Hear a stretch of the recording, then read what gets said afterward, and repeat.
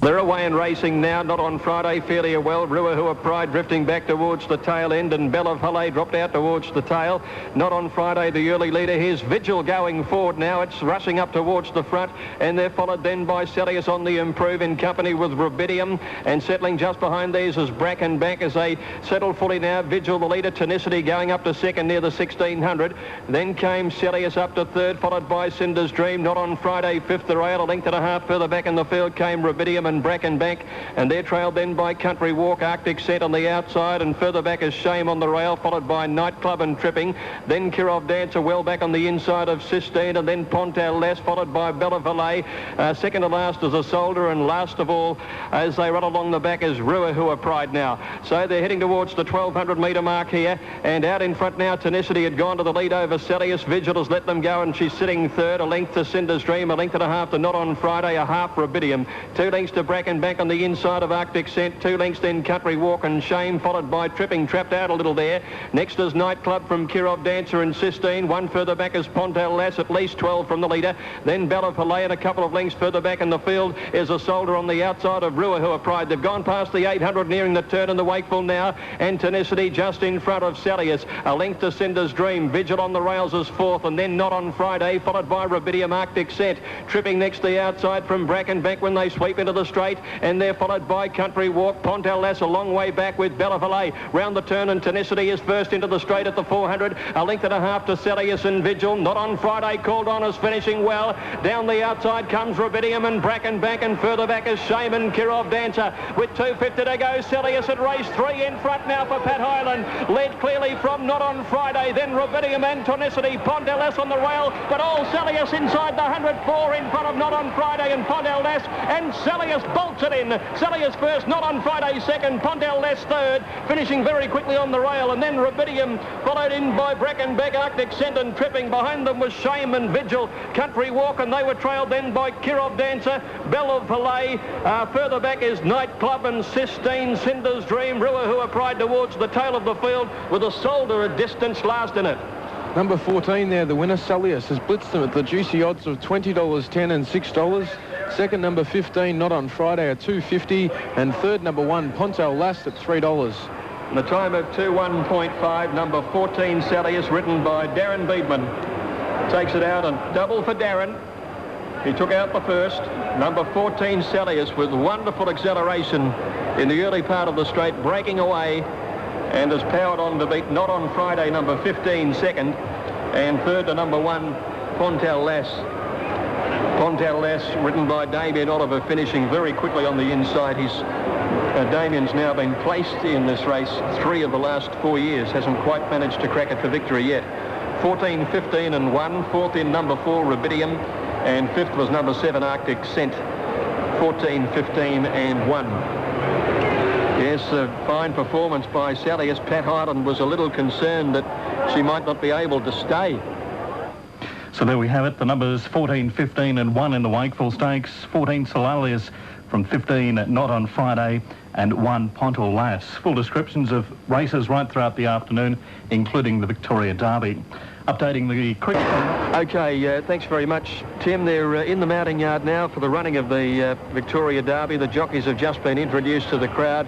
Octagonal is the clear on-course favourite here, and on Super Tab he's at $2.90 and $1.60. There wasn't much between he and Nothing Like a Dane when the bookmakers started betting, but Nothing Like a Dane has been a bit of a drifter on course. On the tote he's at $3.40 and $1.50, and that's roughly what the bookies are now betting. So Octagonal is the top pick. The second favourite is Nothing Like a Dane.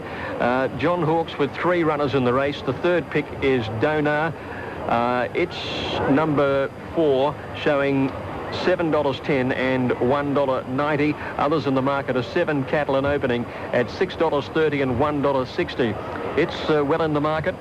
Of course, he's trained by Bart Cummings, Cattle in opening, and Bart has won the Derby no less than 5 times, equal with Tommy Smith, and one of the two could end up the outright with 6 victories here today. But Octagonal is the one that punters like. $2.90 and $1.60. This is a huge crowd, one of the best I've seen on a Derby day, and joining us down at ground level in the mounting yard is Peter Booth. Good afternoon, Peter. Good afternoon, Greg. Yes, a fantastic crowd and a fantastic day too here at Flemington weather-wise, because we've had unlucky weather the last few years, but at the moment it's holding, and it looks to be terrific. Now, Pat Hyland was to have joined us. In fact, I'm hoping he might join us in the next few seconds. Of course, he trained Salius in the Wakeful Stakes about 40 minutes ago. He's very happy. He's having a drink with the owners at the moment, and also watching a replay of that, and no doubt Salius will be one of the very firm favourites for the Oaks on Thursday. A terrific run from a wide barrier up in the first 2 or 3 all the way, and just sprinted away at the 300 and won by 3 lengths. So I can't add too much more at the moment from the mounting yard, Greg. Just to say that Pat Hyland is not with us. He's got a very good excuse, but as soon as he joins us, we'll get his selections for the Derby. OK, Peter Booth will be joining us right through the rest of the day, and of course on Melbourne Cup Day in our grandstand coverage. Now, the jockeys are up soon. They'll be out on the track for the running of the Victoria Derby. It's due to start at this stage in about 7 minutes. Greg Miles at Flemington. And his thoughts on the Derby. Down to you, Peter.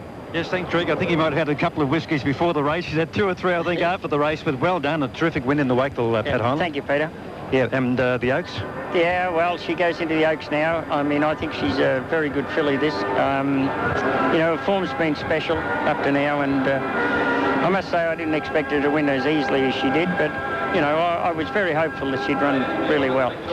OK, Greg, about to introduce the runners in the Derby onto the track here, so Pat and I will just hold it for grandstand for the moment. Pat, do you think that maybe John Hawkes could just about Quinella or even trifecta the Derby with Octagonal and Donar and also Burrito? Yes, well, I think Octagonal looks, you know, he looks, you know, over and above the others. Well, probably after winning the Cox Plate, I think he looks... Up 7 kilos, extra 500 metres, but they've got a terrific record, 5 out of 6 coming from the Cox Plate to the Derby. You know, the Cox Plate and the Derby, they're 2 different things. I think probably Nothing Like a Dane might be a much better stayer, but they don't have to be stayers. It's just been proved to win the Derby. And I like Hawkes' other horse, Donar, because I think it's, you know, he's going to run exceptionally well. And Burrito, if he's left alone in front, it could be very interesting. Mm-hmm. So you think that Octagonal is a class above them? Oh, certainly, yeah. He's a class above the other horses. And Nothing Like a Dane, I think, is a very good horse. But I just don't know whether, you know, he might be a better Cups horse next year. OK, Pat Hyland, the runners are on the way to the barrier here at Flemington for the Derby. Greg, who's in the background introducing the runners to the crowd. So for the time being, it's back to grandstand.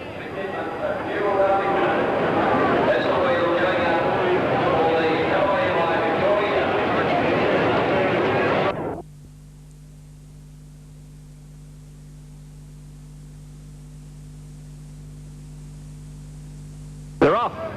Principality began OK in the middle of the line, and Catalan opening. Zoff coast away quickly. Nothing Like a Dane in the first half, dozen early, and Octagonal settling with about 3 to 4 behind him, the middle of the field. Burrito led at the post the first time. Nothing Like a Dane written up into second placing here, followed by Principality, Zoff coast, and then Catalan opening over on the outside when they sweep out of the straight. Octagonal on the rail, and then Sir Macwin, followed by Donar. Next in the field then came Skybow from Sirenelg, and El Kahira's Son last to the riverside. Near the 2,000, and Burrito strode clear the best part of 4 lengths in front. Nothing Like a Dane is second. A length and a half to Principality third, 1 to Zoff Coast fourth. Then Catalan opening on the outside fifth, followed by Octagonal. A length further back is Sir Macwin, followed by Donar. Towards the tail end here is Sirenelg, the outside of Skybow, and El Kahira's Son is last of all. A little over 1,600 left to go in the Derby, and Burrito the leader, about 3 lengths clear from Nothing Like a Dane. Zoff Coast on the inside of Principality. Then Octagonal, who just checked off heels a little there. He lost a little ground. Catalan opening on his outside. 1 further back is Sir Macwin from Donar, Sirenelg, Skybow, El Kahira's Son last of all, 10 from the leader.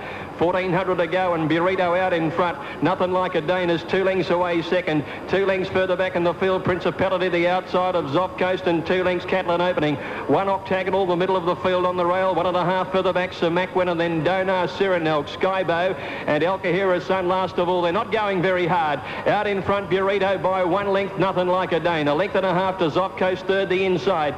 Then Principality on the outer at the 1,000 metre mark, and they're followed then Octagonal, who's over on the rail, followed by Catalan opening. 2 lengths to Donar, and they're followed by Sir Macwin. 1.5 lengths further back is Skybow, the inside from Sirenelg, and El Kahira's Son is last of all, going past the 800.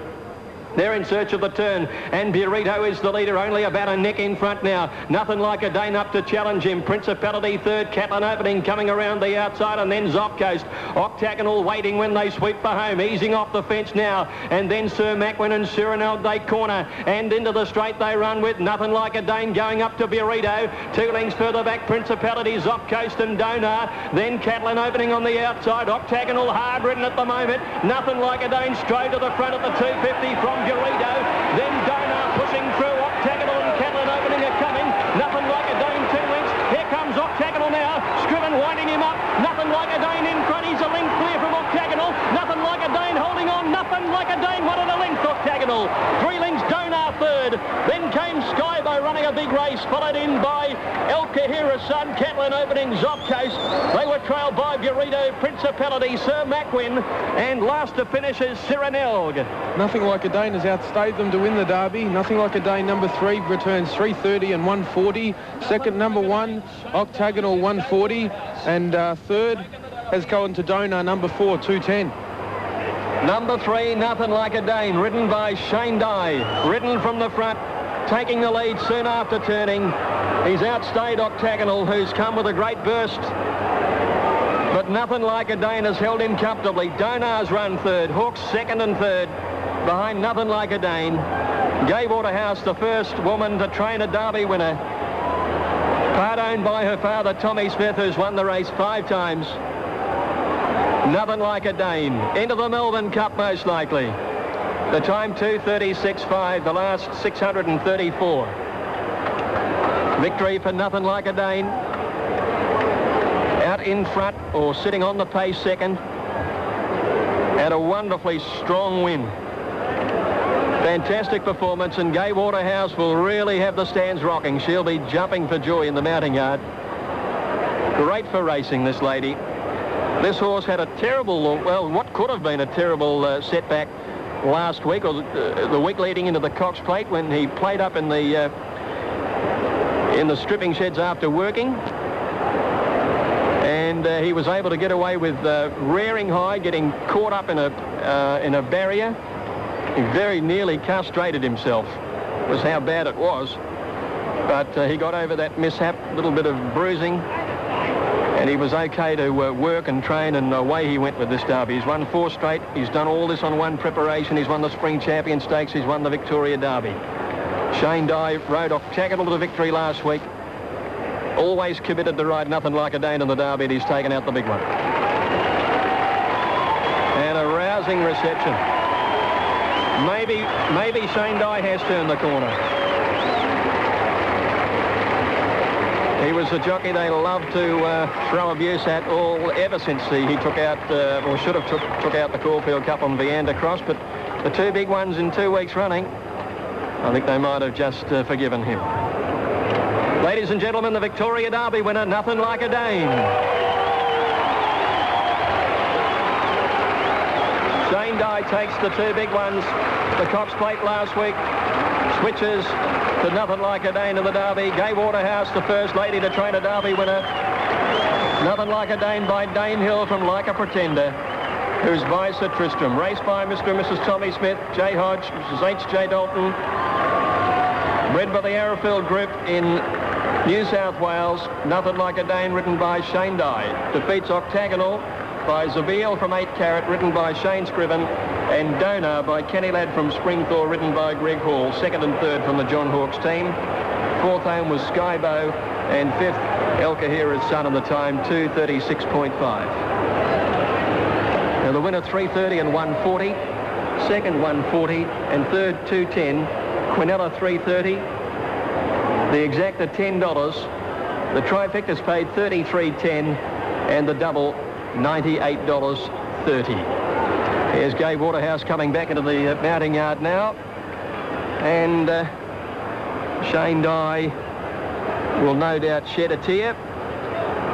Okay, right, Peter's trying to get hold of Gay Waterhouse. We'll cross to him as soon as we can. It would be mayhem down there because this has been a wonderfully popular victory. Shane Dye comes back through the horseshoe archway leading into the mounting enclosure. They're still clapping and cheering. Gay's got hold of the bridle. Shane Dye with his cap in his hand. He's been punching the air repeatedly. Last week, I think it was about 50-50 on the cheers and boos. I think things have swung around a little bit for him this time, and there were more cheers for sure. Yeah, Josh Rodders, who's with us, giving the over-the-line dividends. It's amazing what a favourite does. That's dead right. Well, we're going to see something special now, yet another dimension to the Melbourne Cup on Tuesday, because this horse will start in the race. Tommy Smith has always wanted to run a 3-year-old in the Derby. He couldn't believe that why trainers don't do more of that thing. He wanted to run Red Anchor back in 1984, but there was no clause available in those years. Certainly Red Anchor would have taken some beating in that Melbourne Cup, which was won by Black Knight. It was a year when the stayers weren't too strong. But he's going to run this horse and try to be the first since Skipton to complete the double. That was 1941. Right, Peter Booth, what's the scene like down there?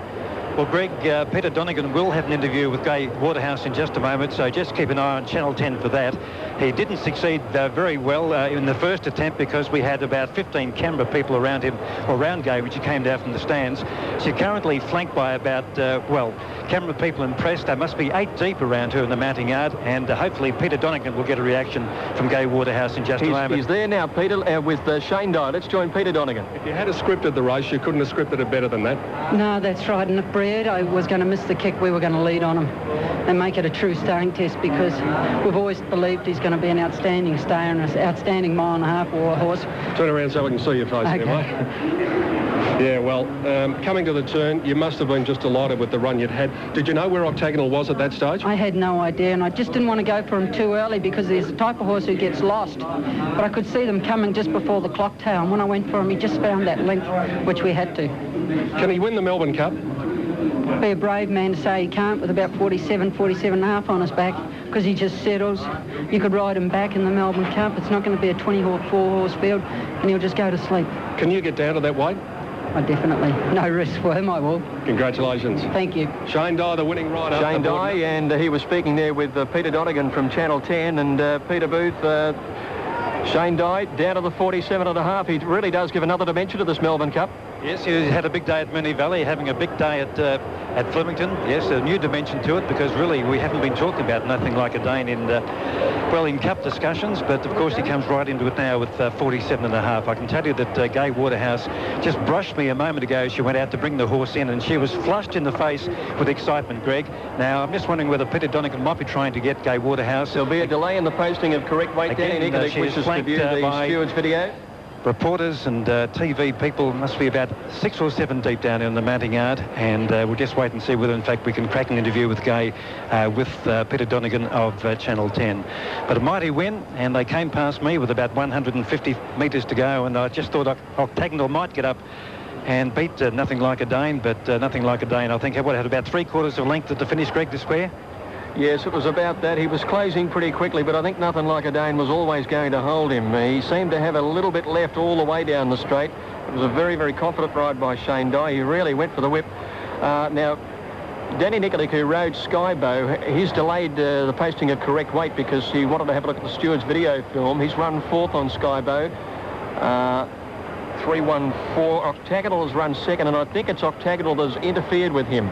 Scriven, when he was unwinding his run, the horse was inclined to lay in, and he did tighten Skybow late in the straight, so there could well be a minor protest here. It's 3-1-4 over the line, 4th placing to Skybow, and Danny Nicholas at the moment is having a look at the steward's video, and there may well be an objection. And Greg, Pat Hyland was on his way to me, but he's just done a complete circle and gone into the jockey's room. Why I don't know. I think he's still on a high after winning the Wakeful Stakes. Well, it's been a big day for Pat, and this has been a terrific day for him over the years. He won 2 derbies, 63 and 1970. He won the big sprint race when it was the Craven A on Vane in 69. So he's really probably relishing winning a race on Derby Day is what every trainer and every jockey hopes and dreams about, and he's got a great chance of taking out the Oaks now. Well, we had him nailed to the floor at Moonee Valley last week. He didn't leave me all day, but after winning on Salius, he's been a little bit of gypsy coming out in Pat Highland today, because he's been in the bar with the owners, as I mentioned before the race, and he's just been distracted when he was coming across to me a moment ago to give his after-race comments on the Derby. So I'm pretty much strapped to the microphone here, so I can't just go into the jockey's room and get him, but no doubt we'll get a reaction as we preview the following race here at Flemington in about 25 minutes' time. Okay, well, weight has come through here. We're just getting the margins there. The correct weight waits through now for the place getters in the Victoria Derby, numbers 3, 1 and 4. 3/4 of a length the winning margin. 2.5 lengths between second and third, and a length to fourth. The time 2:36.5.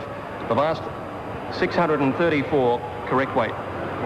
Okay, we've got Pat Highland with us. Let's go back down to Peter. Yes, Greg, we've finally got Pat Highland. As I said earlier, a little bit of gypsy in Pat today. It's pretty hard to nail. And I'll tell you what, Greg, you'd love to call his tie. I mean, it'd be fantastic if the jockeys had the silks, the colour of Pat Highland's tie. It's a vivid green, blue and red, and there's a bit of gold in there. It'd be fantastic in the 24-horse field to call. But Pat settled down after the Wakeful win. Now, he thought nothing like a Dane probably wouldn't have the pace of Octagonal, but certainly outstayed the horse. Yeah, certainly wrong. That he did a marvellous job, and he looks like being an excellent stayer. Octagonal was probably quite unlucky in the race. He didn't see a lot of daylight, and I think that, you know, he didn't get much of a chance to get out and wind up, but you couldn't take anything away from the winner, and it was very good. Greg called in.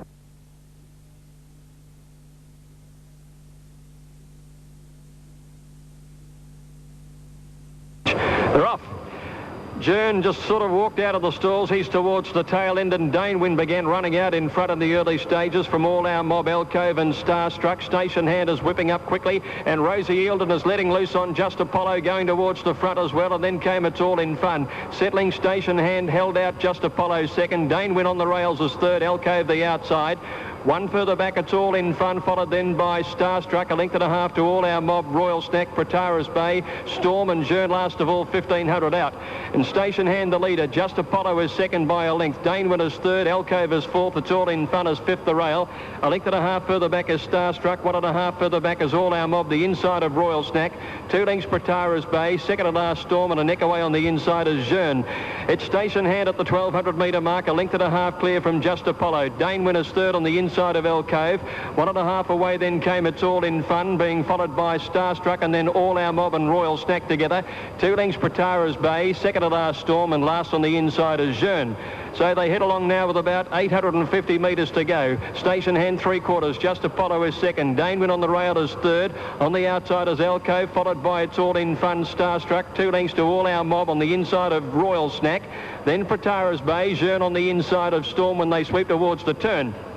650 metres to go. Station Hand's going to be first round the turn from Just Apollo.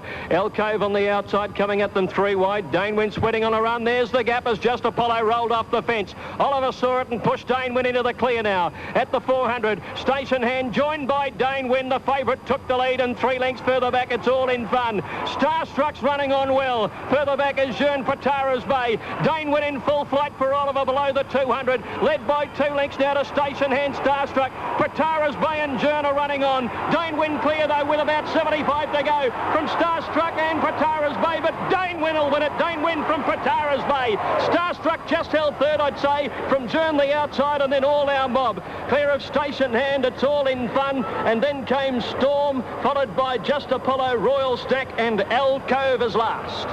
Past the post there at Flemington, the Mackinnon Stakes, 7, 5 and 10. 7 the winner, Danewin, 2:30 and 1:30. Second, number 5, Pratara's Bay, a great cup trial, 3:30. And third, number 10, Starstruck, 2:60. And the winner, Danewin, in just a tick outside of the course record, 2 minutes and 4/10 of a second. Number 7, Danewin. A photo for the miners, principally between Pratara's Bay and Starstruck. But all honours to Danewin. The run came today, and he pounced on it and was too good. 5 is second, Pratara's Bay, Glenn Boss. 10 is third, Starstruck, Mark Miller. 7, 5, 10. Fourth, Jern. And fifth was All Our Mob. Yes, very strong victory here to Dane Wynn. Makes you wonder, doesn't it, what he might have done if the run had come for him in the Cox Plate last week. He was fair dinkum jogging when he went right down on his nose at the 600.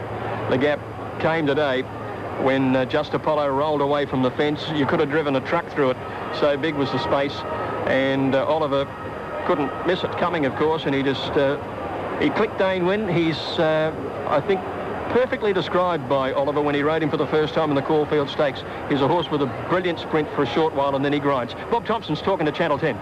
Some consolation for last week, and he gave everything a shot to beat him. Peter Donegan and Bob Thompson there, and the two big ones so far have been taken out by this wonder sensational side, Dane Hill. And I think that's the first Dane Hill in the Derby to have won over that particular distance.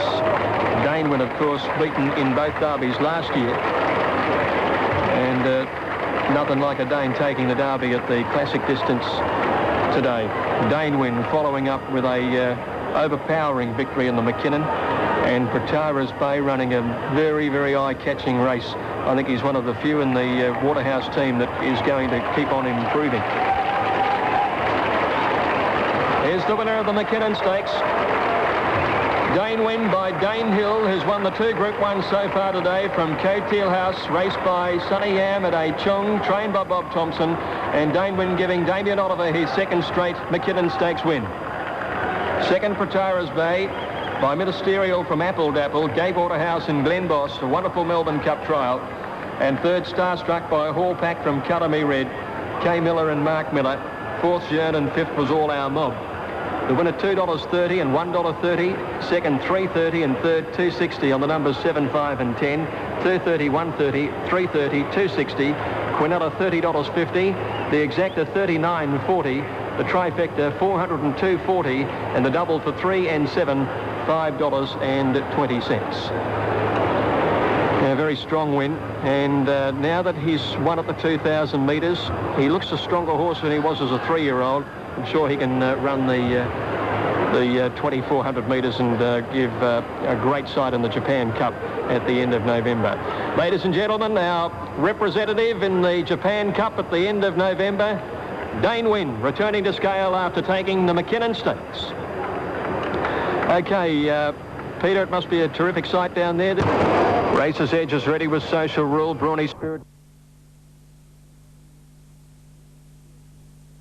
Racing and Raleen near the outside with Tenor and Centaur away pretty smartly. I don't think they want to come to the grandstand side. They're all crossing to the other side where Little Brawny Spirit bounced out in front after going 150. Led from Racer's Edge and going up Don Pasquale. Sword is handy to them. They're followed then by Cut Up Rough and Chief De Beers, and back behind them Grand Bay going forward on the outside now. Trailed up there by Quality Gold.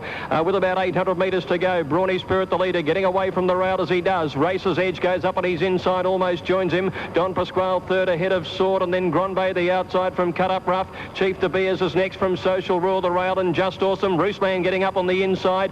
Further back in the field is Centaur, Quality Gold right down the outside, followed by Poetic King. Relina's a long way back with about 400 left to go now. Racer's Edge went to the lead from Brawny Spirit. Sword along the inside from Rooseland, and Chief De Beers under the whippers next with 250 to go now. Racer's Edge in front, Sword coming at it. Brawny Spirit getting another spurt on the outside. Racer's Edge still in front of Sword and Brawny Spirit, then Rooseland, followed by Kingston Bay. Sword getting up on the inside, takes the lead now. Brawny Spirit coming again. Sword, Brawny Spirit, he's lunging Brawny. He might have got there, Brawny Spirit, from Sword on the inside. A photo, and Racer's Edge is third, and they're followed by Kingston Bay. And further back in the field to finish then, at the head of the other horses was Grand Bay and Rooseland from Just Awesome, and then Poetic King, Cut Up Rough, Raleen, Chief De Beers, followed by Centaur, the Gap, Social Rule, and they were followed by Quality Gold and Don Pasquale. Tenor is last across the line. Brawny Spirit, number 7, has fought back and won the Salinger, $34.60 and $8.50. Second, number 14, Sword,